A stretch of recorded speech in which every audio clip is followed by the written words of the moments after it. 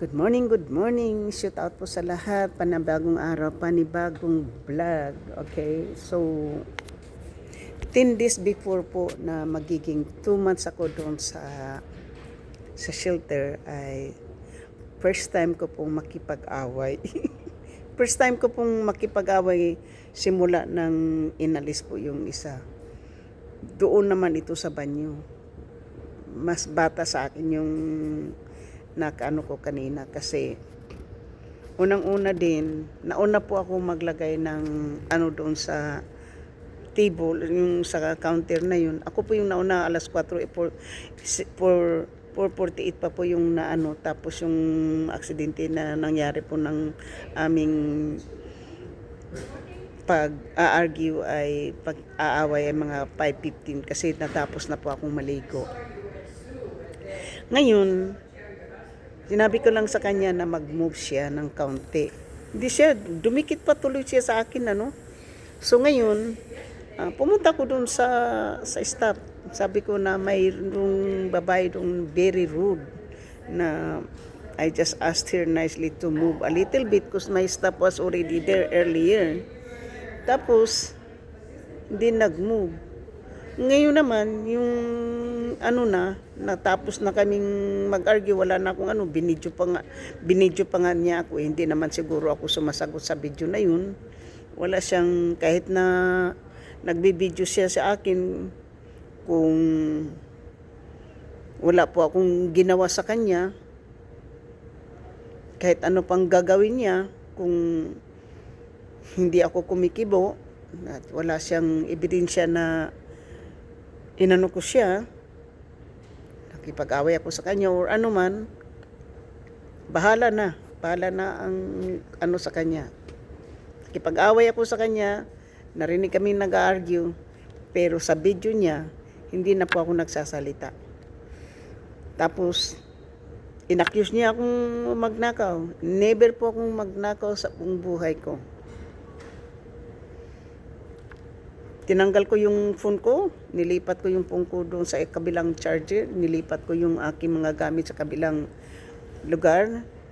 Wala po akong ninakaw na charger. Pinakita ko sa kanya yung aking mga charger, puro itim at puro mahahaba. At hinalungkat ko yung bag ko, pinakita ko sa kanya kung ano talaga, wala po akong ninanakaw. So, sa madaling salita, hindi po ako magpapabuli sa kanya. So, inalis na po yung asungot doon, yung isang monster. Yun na nga ang sinasabi nila. Inalis man yung isa, may mas malala pa. Totoo po yan. Tahimik po ako dyan sa shelter. Mga kaibigan ko po yung mga tao doon dahil hindi po ako palaaway. Huwag mo lang akong unahan dahil hindi talaga ako papayag na apakan mo yung aking, lalong-lalo na nasa lugar ako.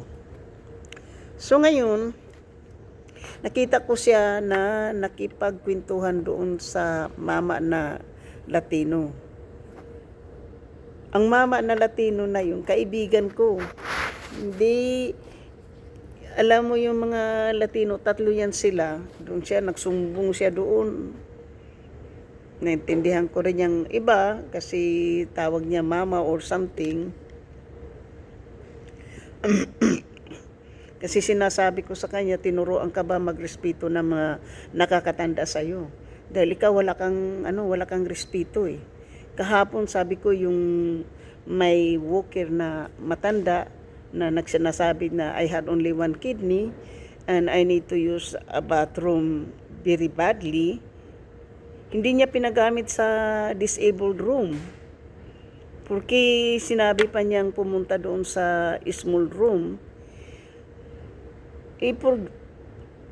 Sumagot ako sa kanya na this woman doesn't fit into the small room because she had a walker.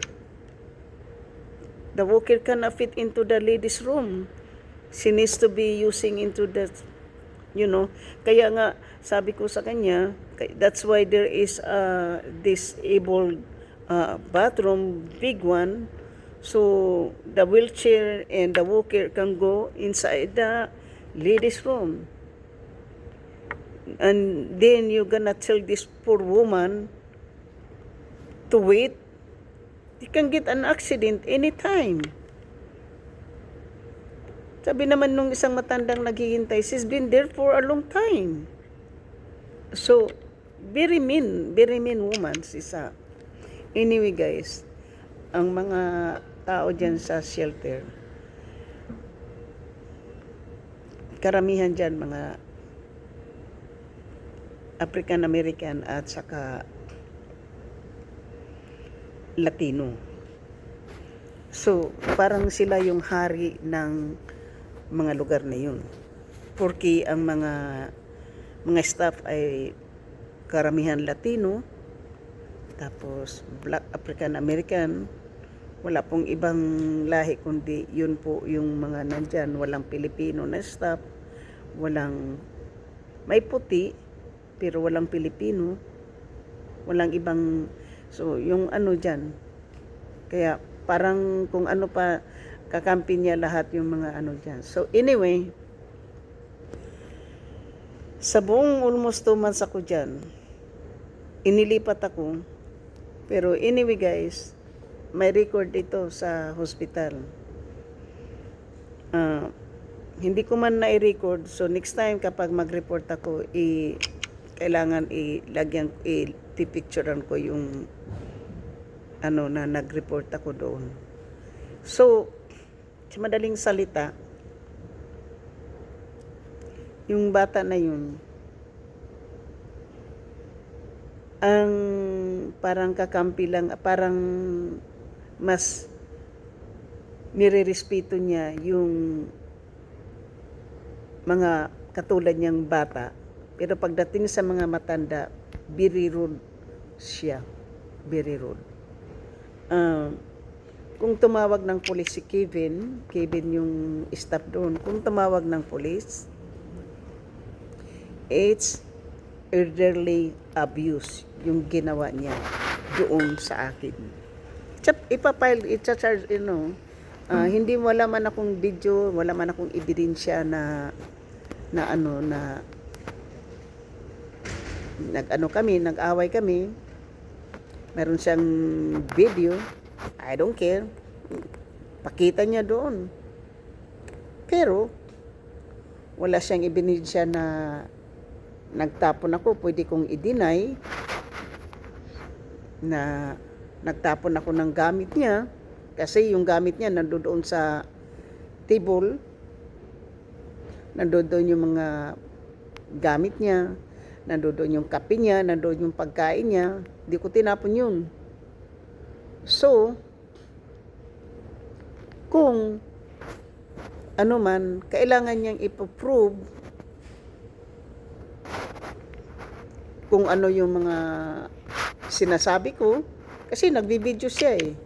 Kung walang marinig mula sa aking bunganga kung ano yung pinagsasabi niya. Diba? Kung anong tinatapon ko, kung ano yung tinatapon ko yung ano, buo yung kanyang gamit doon. So, sa buong buhay ko, simula nang pumunta dyan ako sa shelter, ako po yung umiiwas. Ako po yung pero kanina, dahil itong babae na to, kahapon pa ako galit, kahapon pa ako nagtitimpi lang po ako ng galit simula pa po nung isang gabi. Yung pinagsabihan niya ako ng, this woman is very rude. Sinabi ko sa kanya, I'm not very rude, okay? Because, first of all, hindi ka pwedeng magbukas ng refrigerator. Second,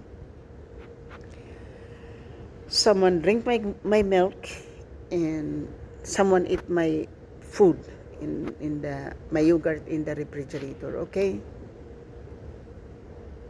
And siguro yung ganti niya sa akin yun kanina. So, bahala na yung si Lord, bahala na si Bathala.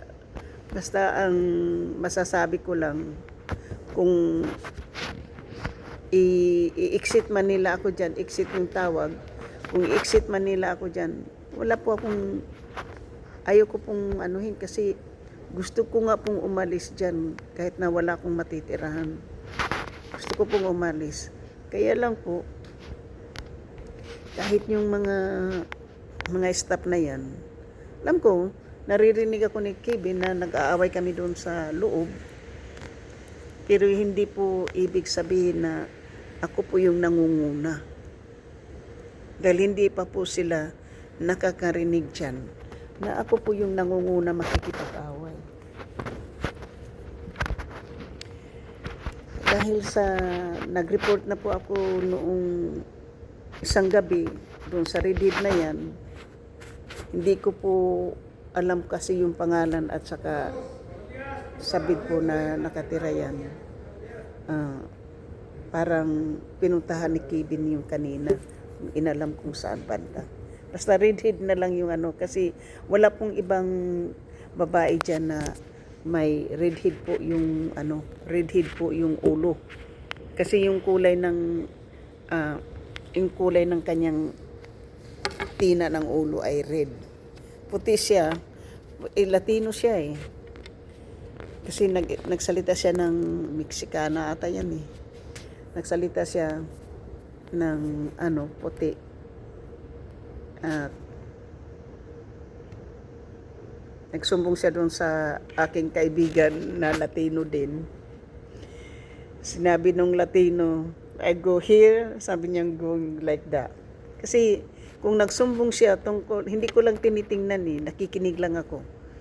Kung susumbong siya doon, mayroon pang 2 tao na kung doon siya magsusumbong. Kasi yun lang po ang medyo may walang problema. Iba kasi po parang may problema, di ba? Marami sila dyan, marami silang Latino, porque sa 45% ang Latino, tapos 45% yung Black, African American, and yung 10% po yung ibang lahi na.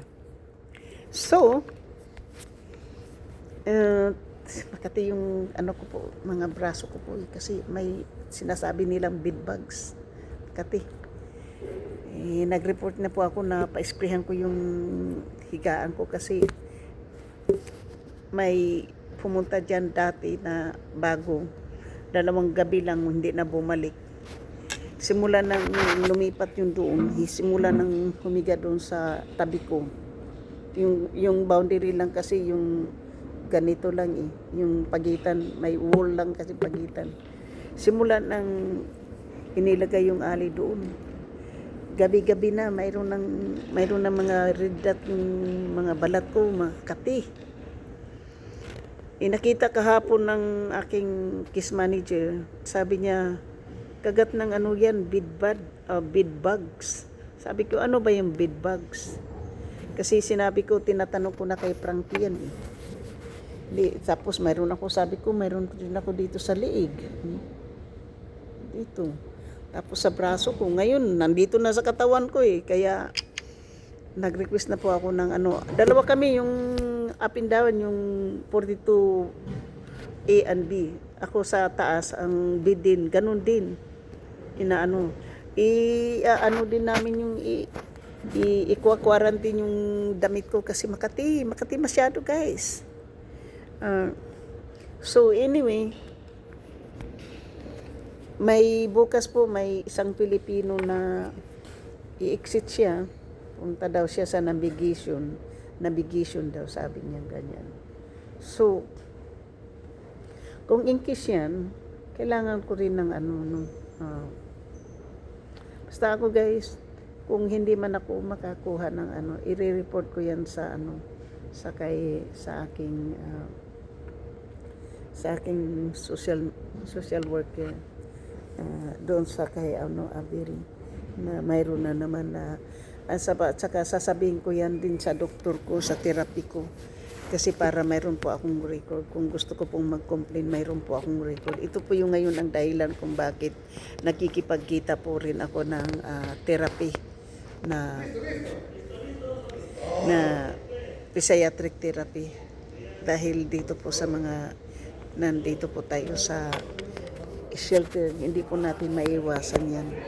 Sinasabi talaga na hindi maiwasan. Lahat ng ano dyan, hindi maiwasan.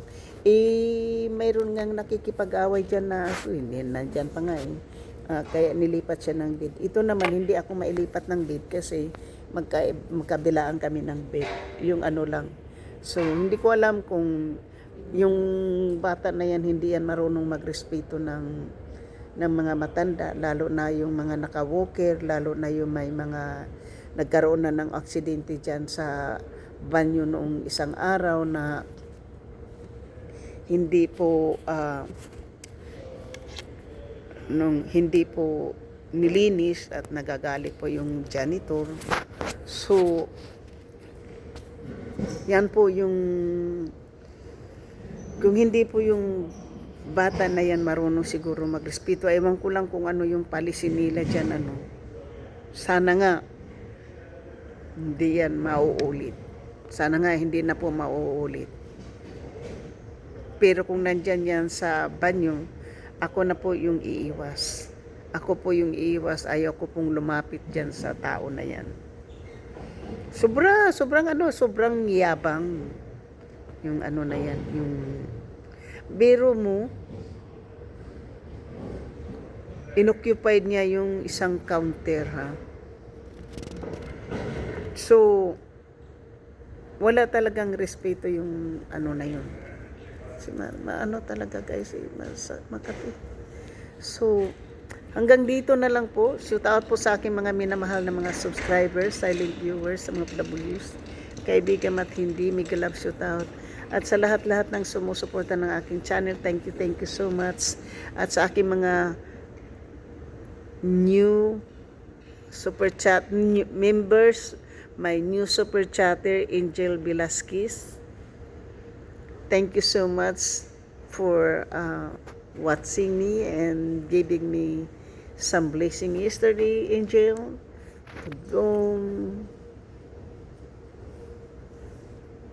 Perry Mori, Nori Nelson, Dos Bagos, GC Pinariho, Hamburger, Slovakia, Nono Mosquito, Perfect,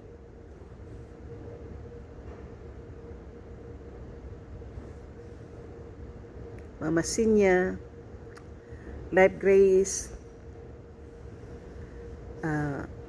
Maria Apericida. Thank you so much for my super chatter. Thank you so much. And to my members, maraming salamat din. Especially to Dom and Perimuri. It's really a big help for my channel, for being a super chatter and GCP na rin. So, thank you guys so much.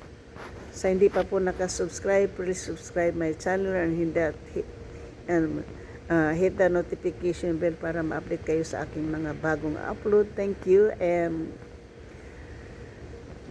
4 days before I be 2 months in the shelter. So I think next month I will be executed because it's only 90 days. They give you only 90 days para maano ka dyan. Pero kung hindi pa po mag 90 days, kung halimbawa bibigyan po ako ng extension, hingi po ako ng extension kung pwede, hanggang sa makaipon po tayo ng pera. So ngayon po, nagkaroon po ng laman yung bangko natin at kasi wala pong renta ng bahay.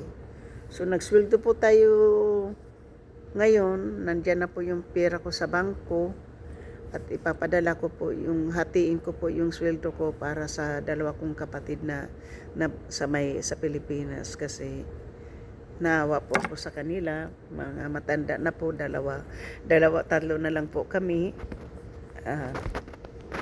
Yan, papadalhan ko po ng pera yung aking dalawang kapatid. Maghati lang po sila sa 100 kasi konti lang yung sweldo ko, wala pang 300. So, yan po. So, hanggang dito na lang at maraming salamat sa inyong lahat. Thank you and have a nice day. I love you all.